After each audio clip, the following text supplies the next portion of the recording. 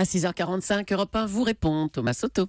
Les électeurs se sont donc largement plus mobilisés pour ce second tour des régionales que pour le premier, et ce sont donc les candidats du Front National qui en ont fait les frais. Ils pouvaient espérer décrocher 2, 3 voire 4 régions. Finalement, ils ont fait chou blanc. Bonjour Olivier Duhamel. Bonjour Thomas Soto. Vous êtes notre éditorialiste politique ici à Europe 1. On vous a entendu hier soir lors de la soirée électorale. Qui est le vrai gagnant de ces régionales ? On a du mal à le savoir ce matin. On a du mal à savoir parce qu'il n'y a pas de vrai gagnant. Donc on est bon quand on a du mal à savoir ce qu'on ne peut pas savoir puisque c'est pas.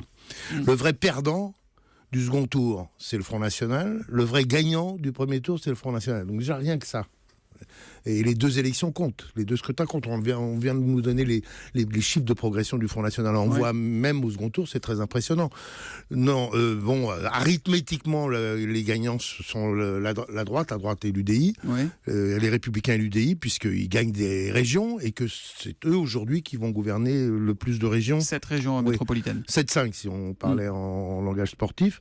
Mais c'est une courte victoire en ceci que regardez la victoire de la gauche en 2010, c'était une victoire éclatante. Elle gagnait toutes les régions sauf l'Alsace.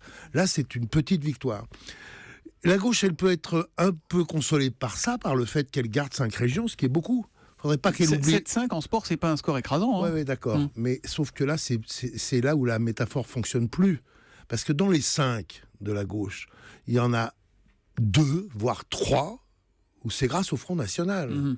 Ce qu'elle gagne vraiment, qu'elle aurait gagné probablement de toute manière, c'est Bretagne, c'est Aquitaine, Co, et éventuellement Midi-Pyrénées, Languedoc, ou c'est comme ça. Mais sinon, les autres régions, Centre-Loire, Bourgogne-Franche-Comté, jamais sans le Front National, elle les gagnait. Donc gagner à gauche une région parce que vous avez un Front National fort, il n'y a quand même pas de quoi se réjouir, sauf si on est d'un cynisme absolu, ce qui, il est vrai, existe à gauche aussi. En tout cas, on a un pays qui est quand même très à droite aujourd'hui, non ? On a un pays qui est très à droite, mais le Front National, c'est compliqué, parce que c'est un parti...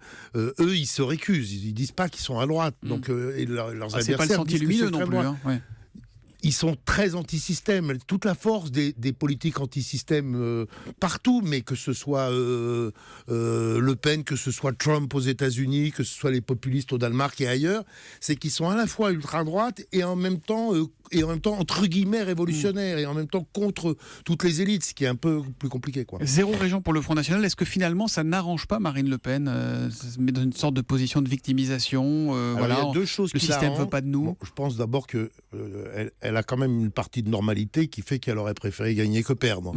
Mais ça a quand même 2 avantages. L'avantage que vous dites, c'est que ça permet de se mettre en victime et que nous sommes dans des temps où les victimes sont absolument préférées à tout et toute victimisation vous renforce. Et puis il y a une deuxième chose, c'est que ça lui donne quand même les mains totalement libres pour la présidentielle, alors que présider en même temps la région, même si vous reposez sur une équipe et combien en campagne présidentielle, c'était un peu moins évident.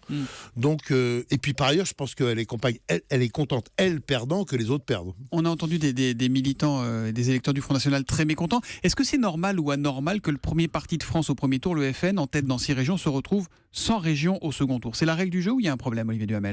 Il n'y a pas de problème, pour 2 raisons. La première, c'est qu'à la différence de l'Assemblée nationale et du Sénat, où ils sont très très marginalement représentés, là, comme il s'agit d'un scrutin à part proportionnel, eh bien, ils ont des élus. Et ils ont, excusez du peu, 358 conseillers régionaux.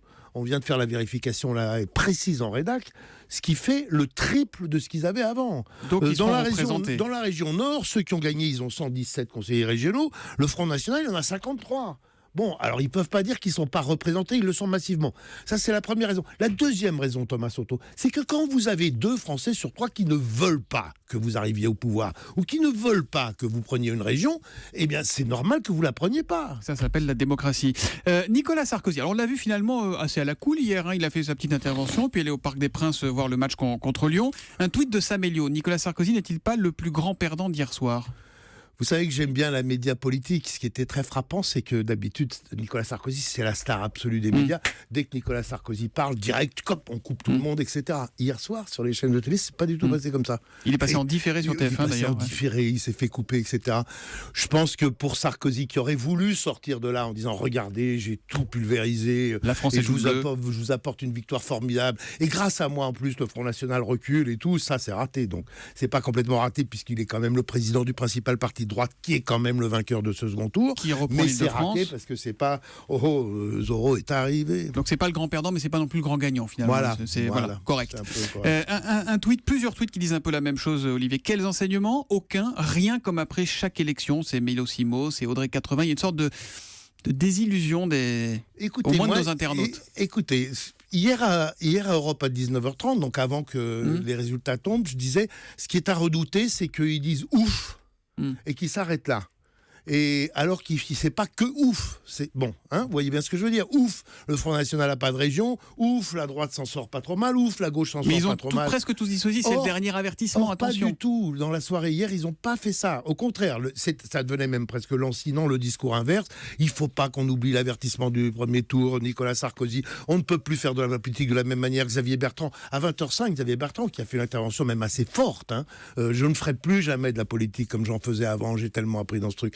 Et donc, maintenant, le problème, c'est de passer du dire au faire, comme toujours. Dire, c'est facile, faire, c'est plus dur. On est lancé vers 2017, là, ça y est, on est en plein dans la campagne. Ah bah ça, pour sûr. Pour sûr. Merci Olivier Duhamel, on suivra évidemment tout ça avec vous, éditorialiste politique, que l'on retrouve tous les samedis de 10h à 11h pour Mediapolis avec Natacha Polony. Un rappel, si vous cherchez un résultat près de chez vous, vous le trouverez sur notre site, une seule adresse, europe1.fr. Bonne journée.